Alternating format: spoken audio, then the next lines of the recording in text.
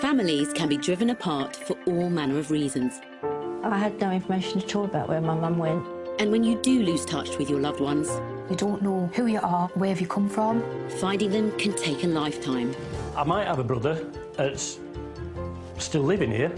Especially when they could be anywhere, at home or abroad. And that's where the family finders come in. From international organisations... Hi, it's the Salvation Army Family Tracing Service. ...to genealogy detective agencies. For someone to say that it's changed their life, it makes coming to work, you know, really, really special. And dedicated one-man bands. It's a matter of how much effort you really want to put into it, how badly you want to solve the problem. They hunt through history to bring families back together again. Finding new family is wonderful. In this series, we follow the work of the family finders. Suddenly you get that one spark of breakthrough, and there they are. Learning the tricks they use to track missing relatives through time. I didn't think I'd ever find sisters, but I have. And meeting the people whose lives they change along the way. I've been waiting to meet John my whole life. Since we've met, I feel part of a family again. You just completed my life for me.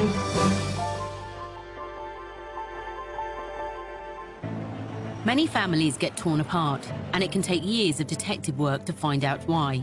Often financial difficulties can lead to relatives being separated. Sometimes ill health gets in the way.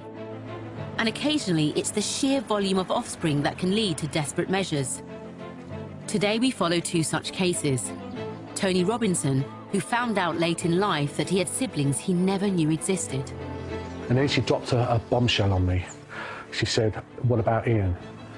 And I might use the words I said, but along the lines of, who's Ian? She said, "Well, the other one that we had adopted." I said, "What other one?" And Lorraine Hall, who grew up believing she was a legitimate only child until the funeral of a family friend revealed the shocking truth. And I remember saying, "No, no." And she said, "Get in the car, she was your mother."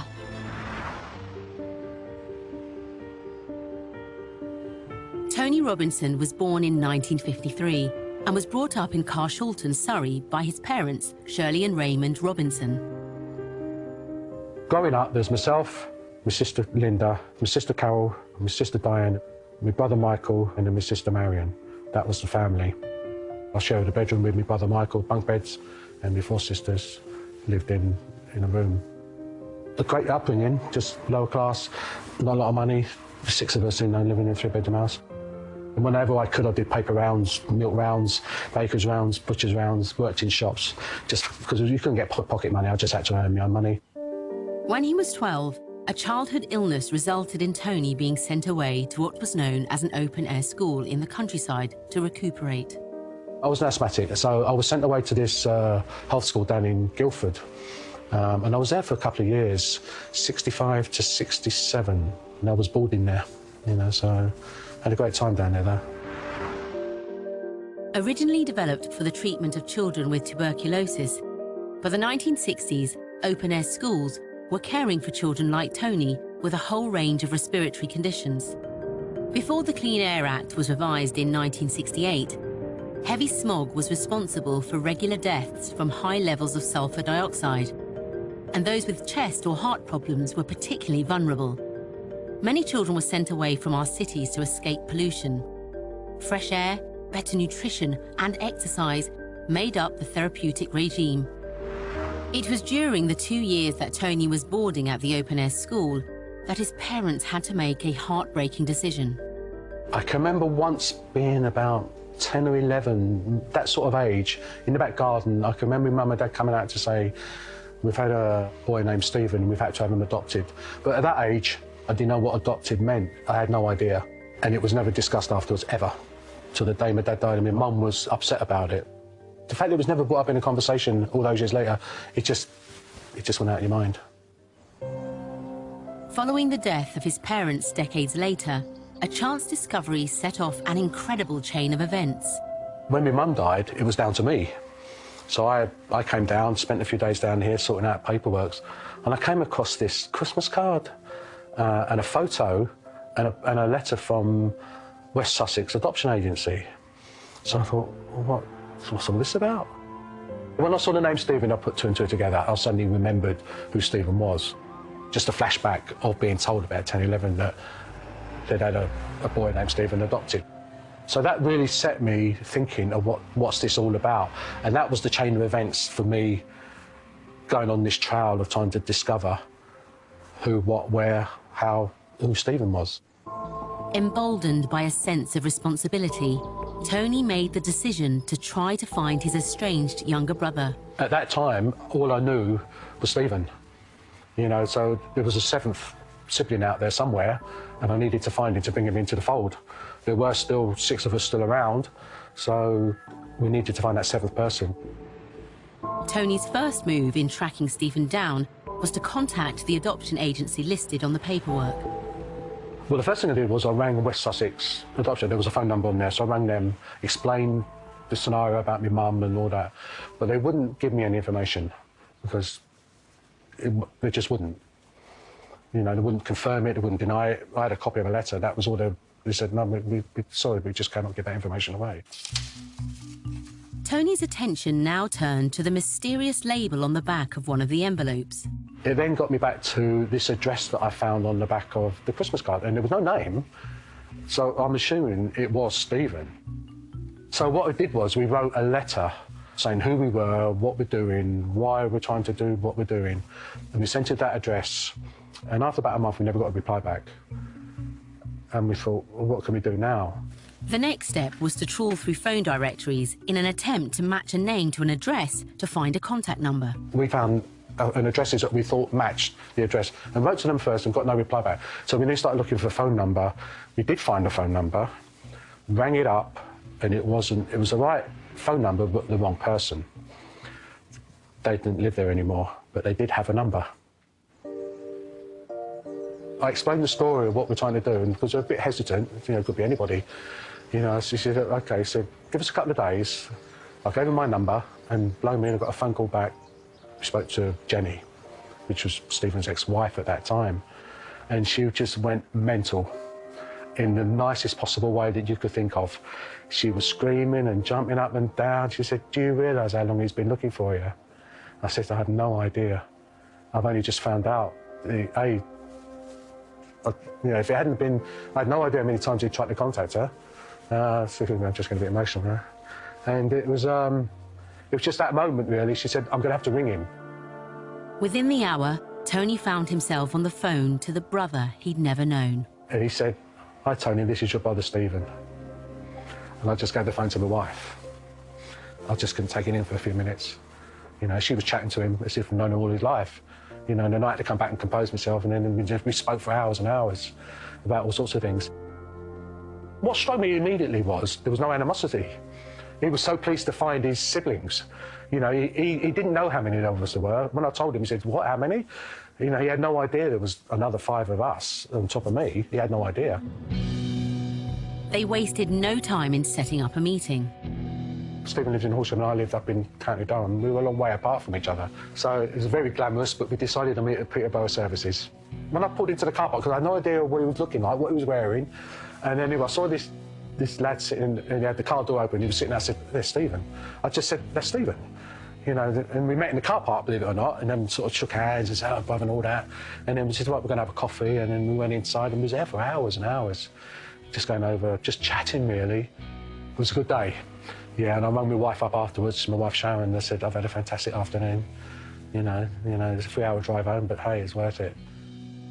Following an emotional reunion, Tony couldn't wait to tell his other siblings all about their long-lost brother, who he'd finally managed to track down and meet at last. But the story didn't end there. Obviously, I spoke to all my sisters individually, and they're all fantastic and they're over the moon about it. They couldn't believe it, that it was such a short time that I found him. And then I was speaking to my younger sister, Marion, and she was obviously elated and ecstatic. And then she dropped a bombshell on me. She said, fantastic news. She said, what about Ian? And I might use the words I said, but along the lines of, who's Ian? She said, well, the other one that we had adopted. I said, what other one? She said, well, you must have known. I said, no, I know nothing about Ian at all. I just didn't know. I knew nothing. Having just found one missing brother, Tony was about to start searching all over again. Not knowing he existed for all those years and then finding out he did exist, It's every emotion you could possibly think of is there, and more.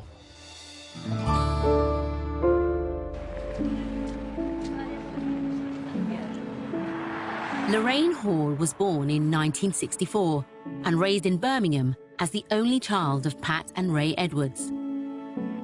I was brought up believing that Pat and Ray were my natural parents.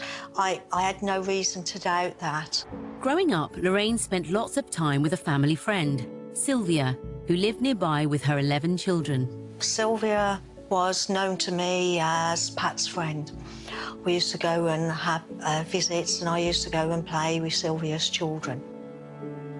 And Pat used to spend quite a bit of time with Sylvia. To me, they was good friends, and they was confidants as well. But when Lorraine was 15, Sylvia died, and a huge family secret was dramatically unveiled at the funeral, attended by Lorraine and her parents. I remember being asked when the children were getting into the main family car to join them. And Pat came to me and she pointed and she directed me to get into the family front car. And I said, no, I can't. And Pat was quite forceful. I remember her putting her hands on my shoulders and saying to me, come on, no, get in the car. And I remember standing up to Pat, which I didn't do very often, but I remember saying, no. And she said, get in the car, she was your mother. After 15 years of believing she was the only child of Pat and Ray, Lorraine was stunned by the shock revelation that Sylvia was in fact her biological mother. I remember being embarrassed.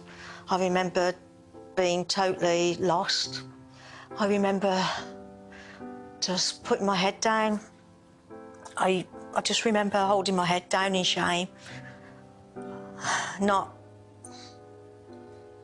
being able to breathe, not being able to remember anything. In a heartbeat, Lorraine discovered not only that her mother wasn't who she thought she was, but that the childhood friends she'd grown up playing with were actually her brothers and sisters. Knowing that I am one of 12 children and being brought up an only child,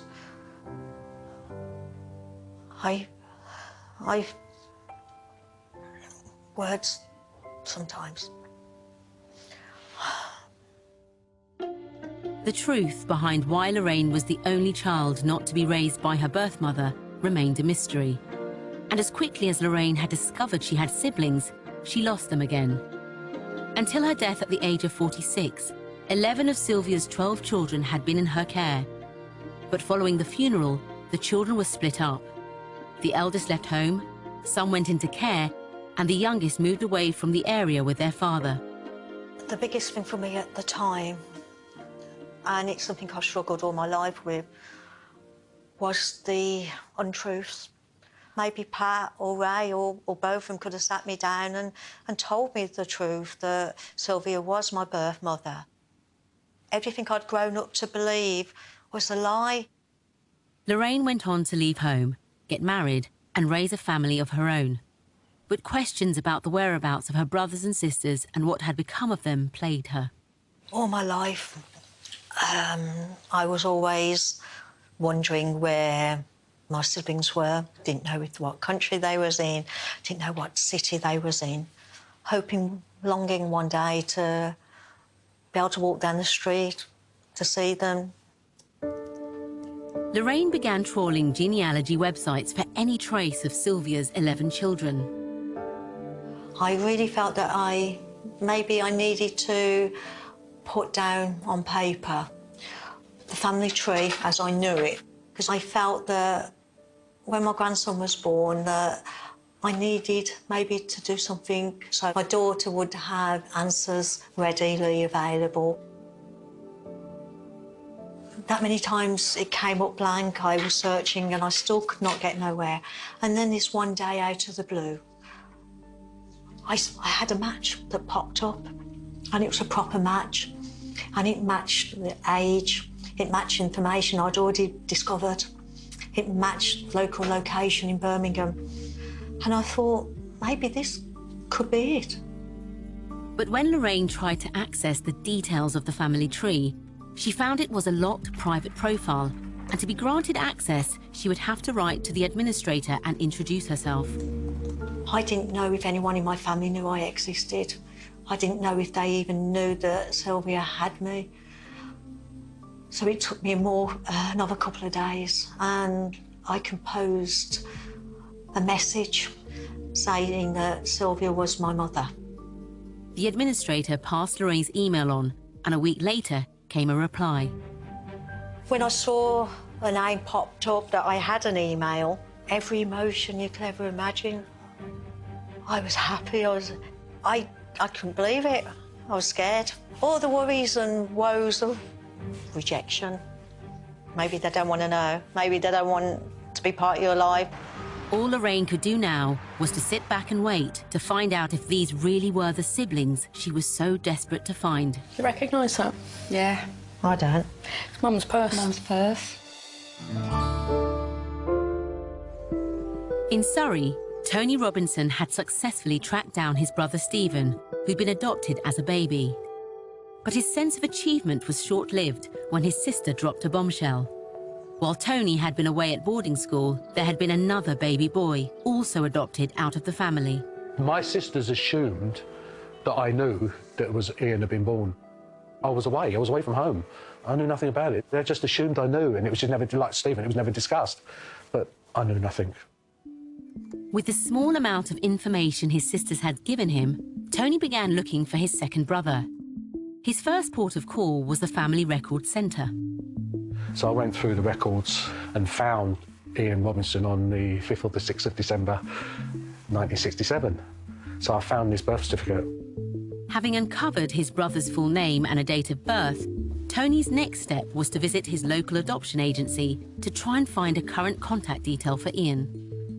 They said they would do what they could, and they came back after a meeting or two and they said, "We've done some digging for you. We've discovered he's changed his name, but we're not allowed to tell you what his name is." So I wasn't happy, and I said, "Well, how the hell am I going to find him?" He said, "It's down to him. If he wants to find you, he'll find you." It looked like Tony's search had hit a brick wall. I was going through every emotion possible: elation, frustration. But little did Tony know, he wasn't the only one who was looking for a lost brother. I was sitting at my laptop just using social media.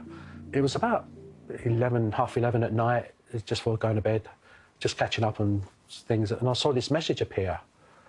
And I read it and I thought, what's this all about? It was a name that I never knew, I wasn't friends with anybody, and this name suddenly appeared. And it was saying along the lines of, "Hi, my name is Martin. I've told from an early age I've been adopted, and my family name was Robinson, my parents were this name and that name, and I've got my siblings of all the names." He said, "I'm just trying to find out if you're my older brother." It turned out that Ian had changed his name to Martin some years earlier. Tony had found his second missing brother, or rather, his little brother had found him. A flurry of emails followed. It was emotional, even though we were on the end of a phone. It was still like, I'm talking to my brother. You know, this is someone I know absolutely nothing about, but it was my brother. You don't know what to say. You know, there's a million questions you want to ask, but you haven't got the time to ask a million questions. There was like a little bond straight away between me and Tony. It was like we did actually kind of know each other, whereas we hadn't spoken to each other. We didn't really know too much detail about each other. There was that little connection between us. And during the course of that week, I spoke to him every day for hours and hours, just talking about everything and nothing, just to hear his voice. Martin had been adopted when he was 7 months old. I always knew that I was adopted from a very early age.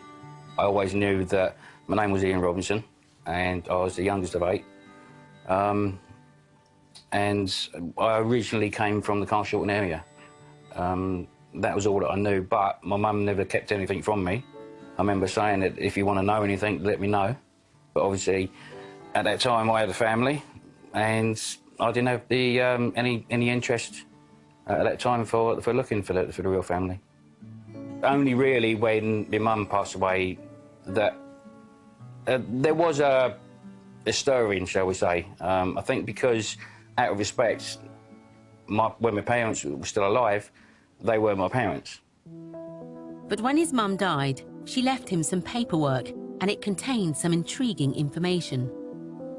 It's basically a history of my family that was given to my mum and dad when I was adopted.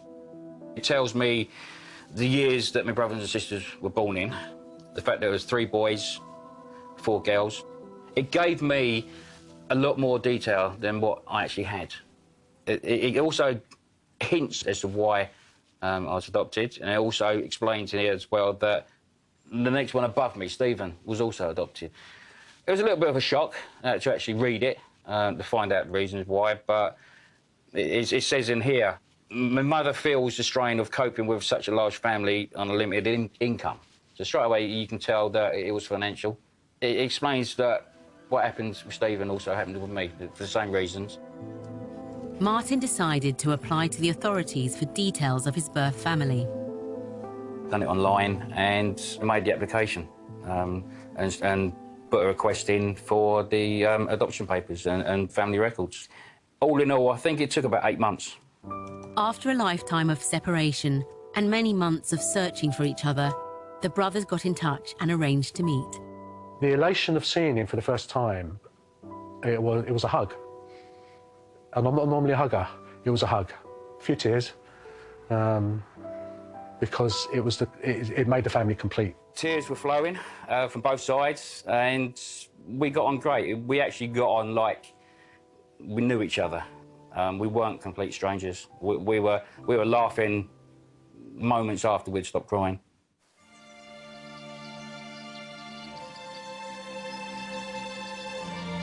Today, Martin, Ian and another of his newfound siblings, Diane, are meeting up. Their other adopted brother, Stephen, would have loved to have joined them, but his daughter is about to have a baby any day. The first coincidence they've discovered is that Martin used to live on the same estate that his sister Diane still lives on today. I mean, I lived on the estate for about 12 years, and to think that my sisters actually lived on the estate at the same time, it's so weird that we never actually bumped into each other. And then again, I wouldn't have known anything about them, so I wouldn't have known what they looked like or any sort of family resemblance. But it's nice to actually go back onto the estate and actually get a few memories back. You nervous? Yeah. Oh, yeah. Hey, bro. Oh, yeah? Hello. Go on in, go on in. How are you? Long time no see. I know, it's good, isn't it? Sure, man. How you doing, young man? How you doing? Nice to see you.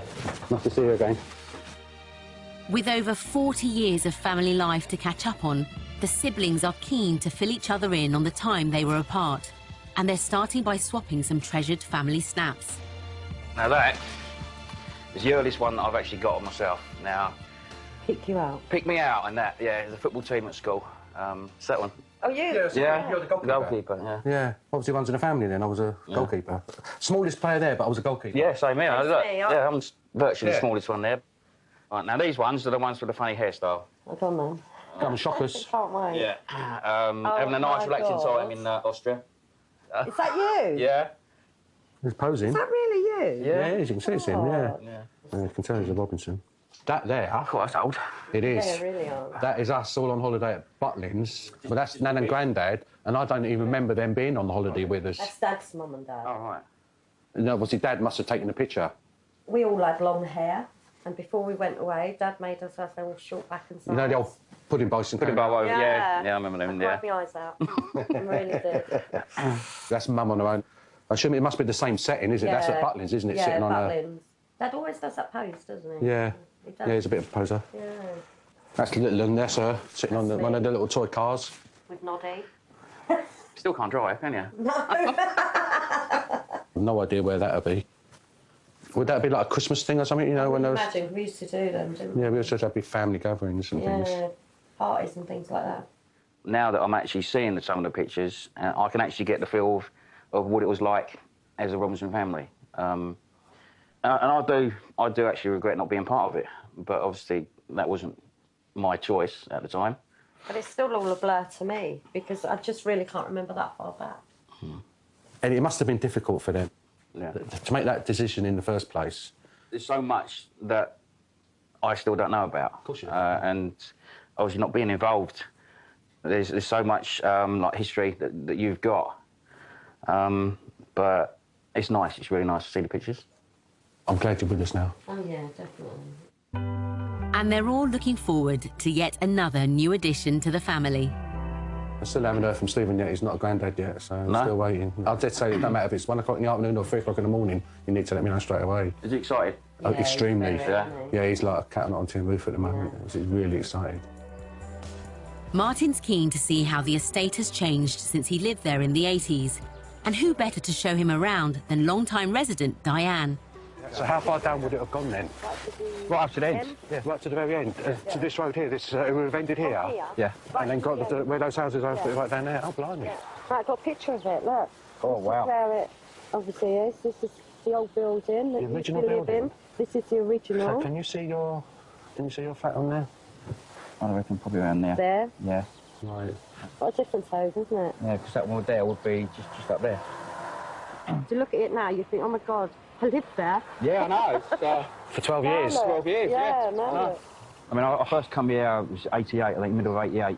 Bearing in mind, you're only, like, literally a 2-minute walk away. Yeah.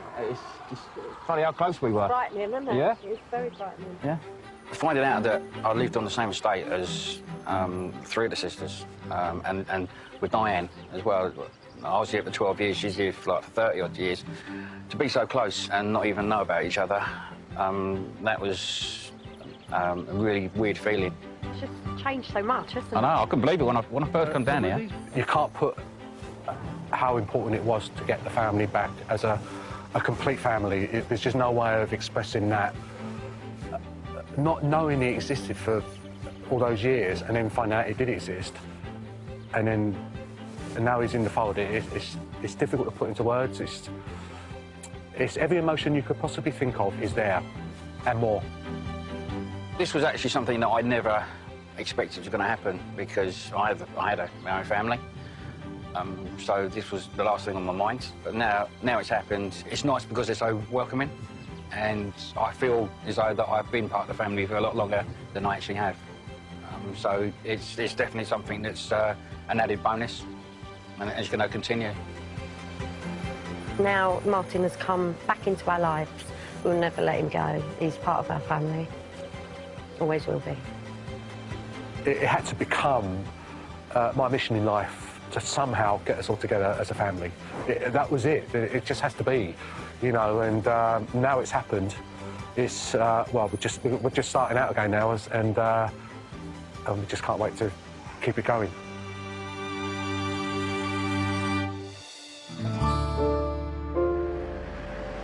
In Birmingham, Lorraine Hall was trying to track down siblings years after the shock discovery at 15 that the woman she'd thought was a family friend was actually her biological mother. Missing out on possibly the life I could have had compared to the one that I did. Not being at any weddings. Having 38, 39 years, missed Christmases. It's all the moments that I lost, all them years where I felt alone. When a family finding website threw up a match, Lorraine contacted the genealogist involved. It turned out that he had been researching the family for his friend, who lived 300 miles away in Scotland. Her name was Donna, and she was one of Sylvia's daughters. Lorraine had found one of the 11 siblings she'd been searching for. Very happy to send her an email, and she took a couple of days to reply back because I think she was so sort of shocked. Donna was the youngest of Sylvia's children. I was born in 1975 in Birmingham, the last of well, at the time I knew 11 children that my mum had. Knew about or knew of my half-brothers and sisters because 2 or 3 of them sort of lived with us on and off in the first sort of few years. After Sylvia died, Donna's father took her, her sister and her brother to live in Great Yarmouth, and they lost touch with the rest of the family. I don't know what happened, we just lost touch, and I think, you know, the Christmas cards eventually stopped and That's sadly what happened. The communication lines faded away. Then, years later, a health scare prompted Donna to pick up the search. I'd had breast cancer at 26, and we went to the family history clinic, and of course they were interested to know, well, let's have a look at your maternal side and see if it's genetic from that. I then had to try and remember their details. That would be nice to find them, even to warn them. Certainly if the cancer was genetic from mum's side. Donna's diagnosis now gave extra impetus to her search to trace her relatives. I can remember trawling through the Friends Reunited school list, trying to sort of have a rough guess, well, OK, whether they would have gone to school, I know roughly where we lived, so they would have gone to school around there, but going through, and then no names were obviously coming up. Struggling, Donna turned to a friend, an amateur genealogist, for help, and he began to build an online family tree for her. My friend had put on one of the forums looking for information about my mum and her husband. Lorraine had seen that. I think her heart must have skipped a beat, and she went, that's my mum. Lorraine and Donna were soon exchanging a flood of emails. Sorry it's taken a few days to reply. To be honest, I did not know where to start. I suppose I've been in shock. Having this contact has always been my secret ambition, and I dreamed, and I longed deep down, but I thought it would never happen. I knew that you'd all moved away, but I was not sure who with and where to. No one told me, and to be honest, I've never known where to start looking. I'm so looking forward to hearing back from you. Thank you. The sisters arranged to meet. So we met up eventually after Christmas in Chesterfield. I got there, I was on the steps early. I'm always late, but for that I was early.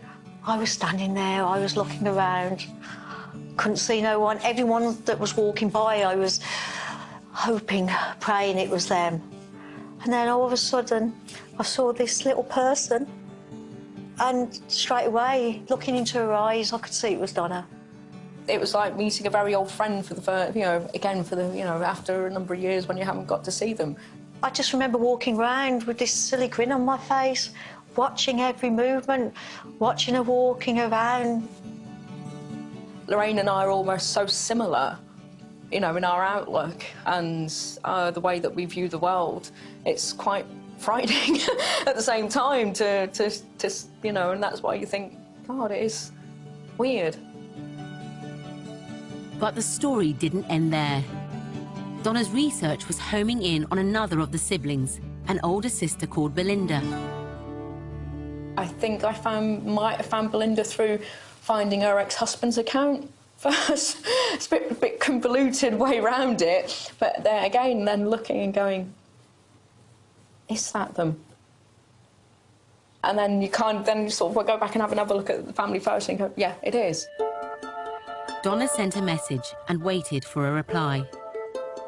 Sent a message back straight away. Yes, it's me, it's Belinda. Yeah, it's me. So I thought, God, Donna's found me. How bizarre is that? Donna passed Belinda's details on to Lorraine, and once in touch, they quickly made an astonishing discovery. I couldn't believe it. Belinda and me had been living less than a mile apart since I'd moved back to Birmingham 3 years previously. Maybe we'd walked past each other on the street. Maybe we'd been in the same supermarket queue. Belinda was born in 1961, Sylvia's sixth child. Living at home was a bit of an ordeal. I was mainly left to look after the children, get them up in the morning, get them ready for school. Eventually, stress of home life proved too much for Belinda, and she moved out at 14, leaving her half-sister, baby Donna, behind. The day it all kicked off and I ran away from home, and Donna was there, and we had an afternoon. Well, Donna was just sat on my lap, didn't leave me alone. And then when I had to go, she wouldn't let go. She screamed and screamed and screamed. And that was heartbreaking to leave her. I really didn't want to leave her, but I thought, I've got to go now. After Sylvia's death, when the family dispersed, Belinda lost touch with all the siblings until the moment Donna tracked her down. But it was Lorraine who was the first to actually meet her older sister. She said, shall we meet? Can we meet? Can we meet? I said, yeah, fine, no problem. I saw her standing there and I thought, the emotions, it was like, whoa, wow, that's my sister. So I broke into a run and we had a massive hug and we were crying and like, oh my God. I just fell into her arms. I think we stood there for about 5–10 minutes, just hugging. It has been so long. It had been over 40-odd years since I'd seen Belinda. And there's so many coincidences with Lorraine. She only lives down the road from me. We've been so close, and yet, so far. Today is a special day. Separated for decades, Donna's on her way to meet the older sisters she's missed out on for so many years. This morning we're actually heading to Belinda's house, which is the first time I've been there actually, so to meet her and Lorraine. So quite excited about that actually. I think last time was a bit too short really to have a proper catch up, so it'd be nice to have a bit longer with them. It's been a long time coming, very long time. She'll be here in a minute. I know. I had secret ambition that one day I'd walk into a room and my siblings would be there. I always dreamed of that, never realising and never thinking it would ever happen. And here I am. Oh. Hello. Hiya.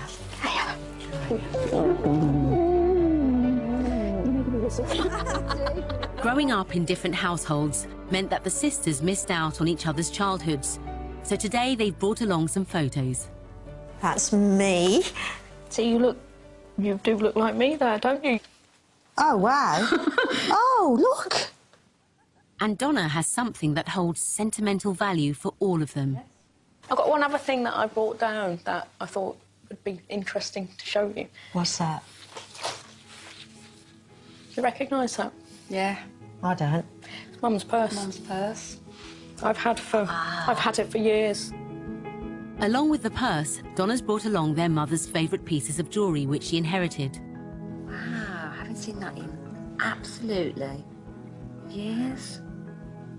How long's it been since you've seen these then? That obviously must be 35 years or more. More than that, more than that. Do you want any of them? Could I have that?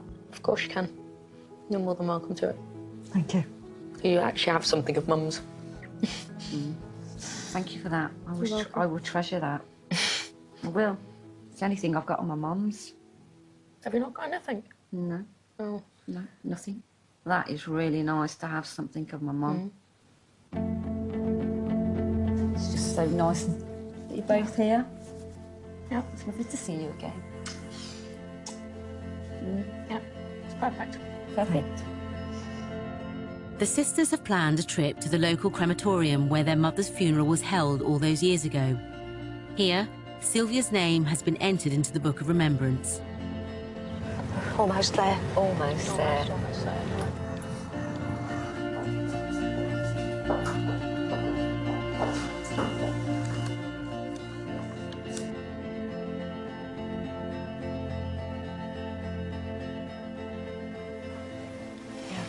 Yeah, it's just sad, isn't it?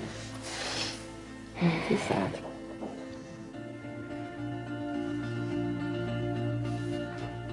The three of us here today has meant so much. It's kind of closure in a way for me. I think today is closure, what I needed.